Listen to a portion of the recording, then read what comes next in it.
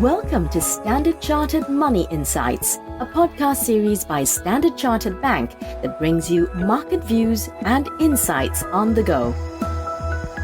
Welcome to Cut to the Chase. Today is Wednesday, the 8th of March. I'm Daniel Lam, your host for the podcast.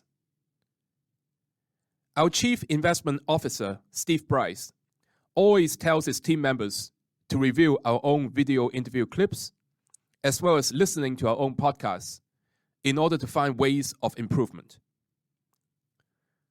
Well, I listened to my podcast yesterday, and I realized it would have been interesting to you, the listeners, if I were to expand upon our estimates of the timing of a potential U.S. recession. Why is this important?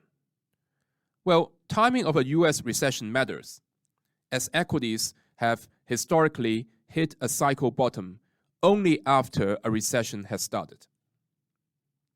Hence, we're likely to see new lows in U.S. equity markets as a recession strikes and corporate earnings get downgraded further.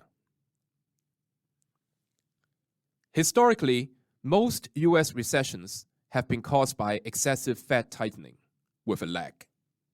Since 1972, a U.S. recession started an average 24 months after the first Fed rate hike, if we exclude the 2020 pandemic disruption.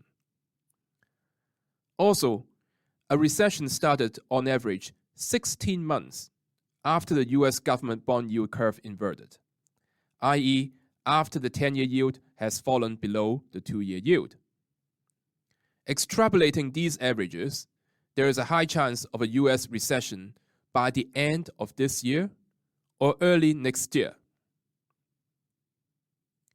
While the range of the expected start of a recession is wide, this time, a recession is likely to start sooner than the past averages, as the current Fed hiking cycle has been the second steepest in history, likely providing a shock to activities, as visible in the U.S. housing and manufacturing sectors.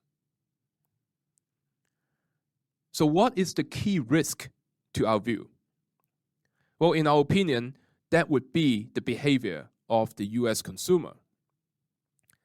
U.S. consumers still have roughly $1.4 trillion of excess savings.